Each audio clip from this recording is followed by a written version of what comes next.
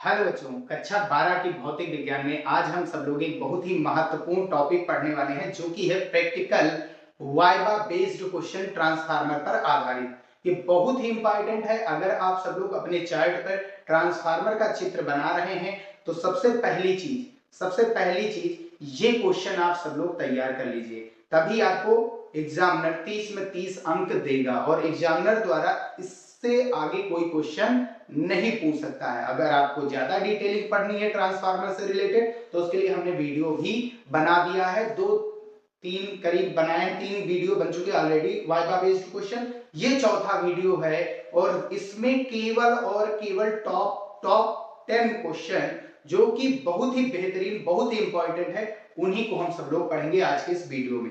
चलिए शुरू करते हैं। तो सबसे पहला ट्रांसफार्मर क्या है ये पूछेगा, या फिर ऐसे पूछ सकता है कि ट्रांसफार्मर का हिंदी नाम क्या है। तो ट्रांसफार्मर का हिंदी नाम होता है परिणामित्र।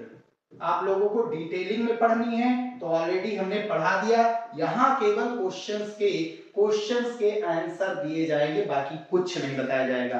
तो ट्रांसफार्मर होता क्या है? ट्रांसफार्मर प्रत्यावर्ती वोल्टता, ऐसे बताना है, ट्रांसफार्मर प्रत्यावर्ती वोल्टता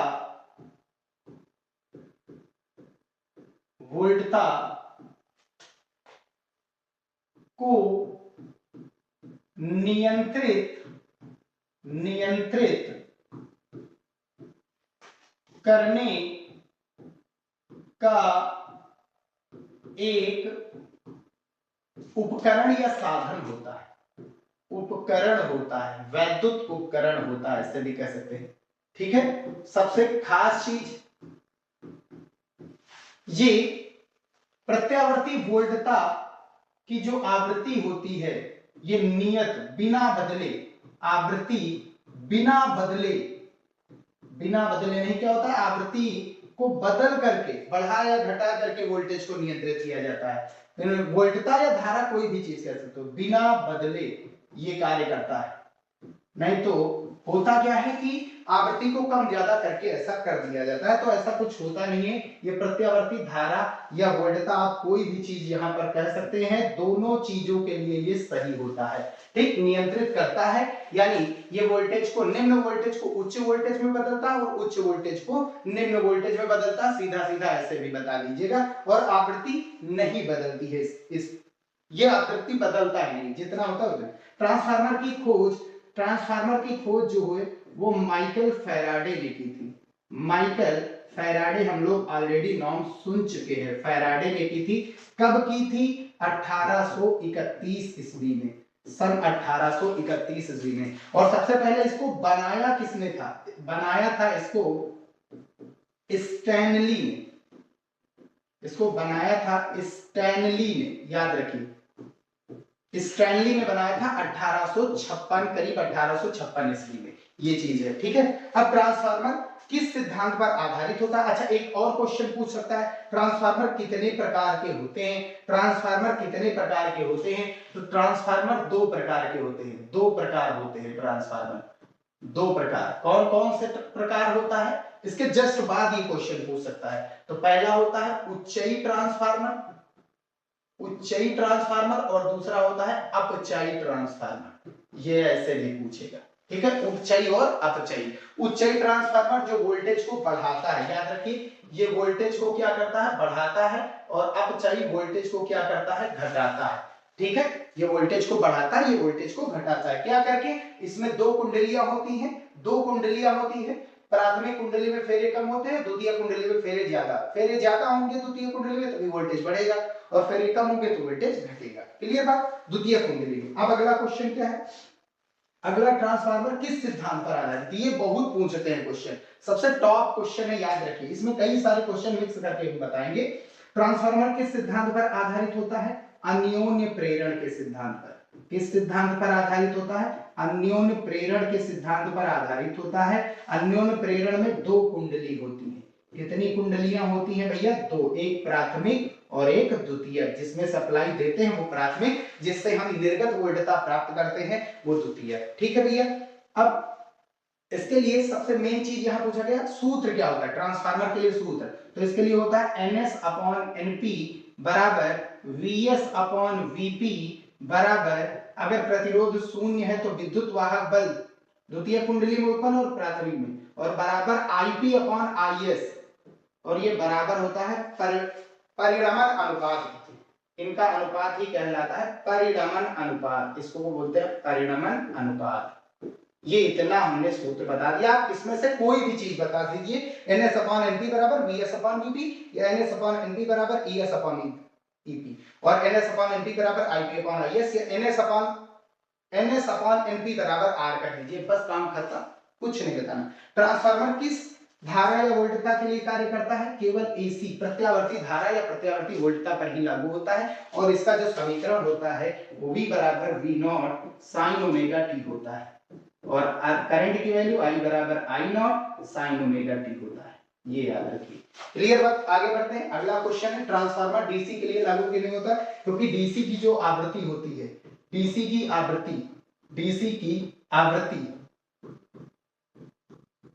की आवृत्ति वो शून्य होती है, क्या होती है भैया, शून्य, और इसकी आवृत्ति जो होती है वो शून्य, आवृत्ति को f से लिखते हैं या n से भी लिख दिया जाता है, ये शून्य नहीं होती है, ठीक है। आवृत्ति मतलब आना जाना, इसमें दिशा नहीं बदलती है और उसमें दिशा भी बदल जाती है, दिशा तो बदलती है एसी में और परिमाण भी बदलता है, इसमें ना तो परिमाण बदलता है ना ही दिशा बदलती है, इसका सबसे खास एग्जांपल इन्वर्टर होता है, ठीक। अब ट्रांसफार्मर की आवृत्ति कितनी होती है, हमारे भारत में जो ट्रांसफार्मर बन रहे हैं या भारत में जो बिजली बनाई जा रही है उसकी आवृत्ति रखी गई है 50 हर्ट्ज, कितनी रखी गई है, 50 हर्ट्ज की आवृत्ति के ट्रांसफार्मर बनाए जाते हैं और बिजली का उत्पादन भी 50 हर्ट्ज वाले होता है, ये क्वेश्चन भी पूछते हैं। अब ट्रांसफार्मर की कोर पतली क्यों बनाई जाती है, भंवर धारा को रोकने के लिए, कौन सी धारा को, भंवर धारा को रोकने के लिए, भंवर धारा को रोकने के लिए, ठीक है, रोकने हेतु पटलित बनाई जाती है। पटलित बनाएंगे तो एरिया क्या हो जाएगा, बढ़ जाएगा, और एरिया बढ़ने से प्रतिरोध कम होगा और ऊर्जा की हानि जो होगी प्लेटों पर क्रोडों पर वो कम होगी, विद्युत ऊर्जा कम हानि होगी, तो जिससे धारा का मान क्या हो जाएगा, हमारी धारा का वो बढ़ जाएगा, और जो भंवर धारा होगी, भंवर धारा प्रतिरोध के कम होने से भंवर धारा, क्योंकि प्रतिरोध पर ही भंवर धारा, प्लेटों के जो प्रतिरोध होते हैं उन पर ही, ध्यान से समझना, प्लेटों पर जो प्रतिरोध ज्यादा होगा तो भंवर धारा ऊर्जा हानि ज्यादा होगी, तो भंवर धारा क्या हो जाती है, कम, लेकिन जो हमारी सप्लाई वाली धारा है वो कम नहीं होती है, ठीक। नहीं, सप्लाई वाली धारा जो होती है वो प्रतिरोध में व्यय करने लगती है अपनी ऊर्जा को। ट्रांसफार्मर में उत्पन्न भंवर धारा से होने वाली हानि क्या है, तो भंवर धारा जो होती है वो विद्युत ऊर्जा को, कौन सी ऊर्जा को, विद्युत ऊर्जा को, वैद्युत नहीं, विद्युत ऊर्जा, विद्युत धारा विद्युत ऊर्जा, बाकी सबके साथ आप वैद्युत लगा दीजिए, विद्युत ऊर्जा को किसमें, ऊष्मीय ऊर्जा में बदल देता है, गर्मी पैदा कर देता है, ऊष्मीय ऊर्जा में बदलने लगता है, यानी ऊर्जा व्यय होने लगती है, ये चीज करता है भंवर धारा।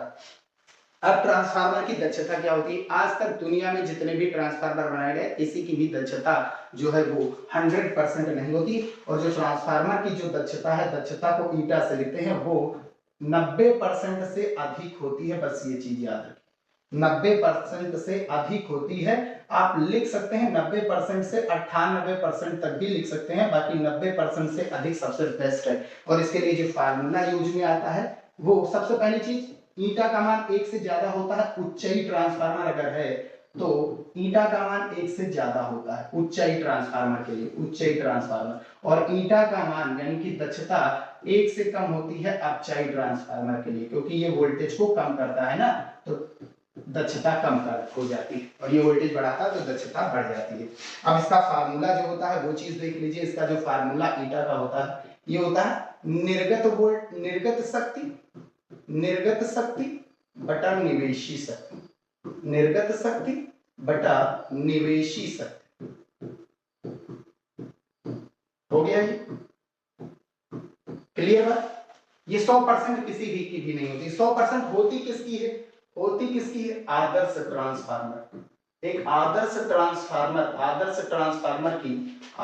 ट्रांसफार्मर की जो दक्षता होती है वही 100% उसी की होती है, उसी की होती है 100%। बस ये चीज याद रखिए, उसकी जो दक्षता होती है वो कितनी होती है 100%। जितना निवेशी वोल्टेज उतना ही निर्गत वोल्टेज। और ऐसा होता नहीं, क्योंकि किसी भी ट्रांसफार्मर का जिसकी जो कुंडली का प्रतिरोध है वो नगण्य होता ही नहीं, कुछ ना कुछ उसका प्रतिरोध होता है, तो ऊर्जा व्यय हो जाती है। अब आगे, ट्रांसफार्मर में कौन सा आयल है तेल डाला जाता है, बहुत इंपॉर्टेंट। ये क्वेश्चन अगर ट्रांसफार्मर आया है और अगर ये क्वेश्चन नहीं आया तो हो ही नहीं सकता। आप ट्रांसफार्मर बनाए तो ये चीज जरूर याद रखिए, इसमें डाला जाता है खनिज तेल।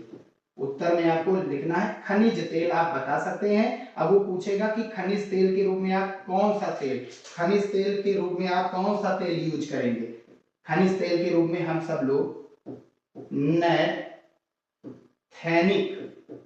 नेपथेनिक तेल का यूज करेंगे।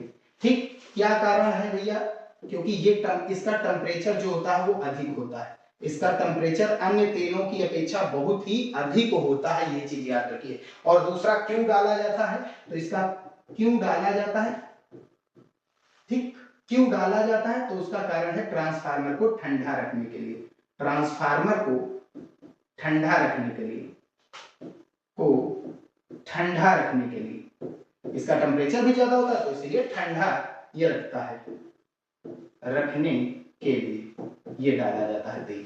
तो ये इससे संबंधित इतने क्वेश्चन कंप्लीट हो गए। 10 क्वेश्चन जो बताए गए इसमें कुल मिलाकर के 15 से ऊपर ही हो गए हैं। लेकिन अगर आप इतने क्वेश्चन कंप्लीट करते हैं तो ये मेरी गारंटी, आप एक भी ऐसा क्वेश्चन नहीं होगा जो इससे बाहर पूछ लेगा एग्जामिनर।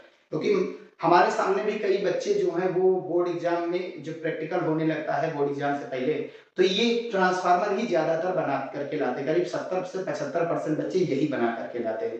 तो ये क्वेश्चन हमको पता है कि कौन कौन से तरीके से एग्जामिनर पूछ सकता है, कितने कितने पूछ सकता है, तो ये चीज हमने बता दिया यहाँ पर। क्लियर बात, इतने क्वेश्चन तैयार कर लीजिएगा, बाकी कोई दिक्कत की बात नहीं। आप सभी लोगों के लिए वाइवा और प्रैक्टिकल के लिए ऑल द बेस्ट, बहुत सारी शुभकामनाएं बोर्ड एग्जाम के लिए। मिलते हैं फिर भैया नेक्स्ट वीडियो में, वीडियो ही समाप्त करते हैं।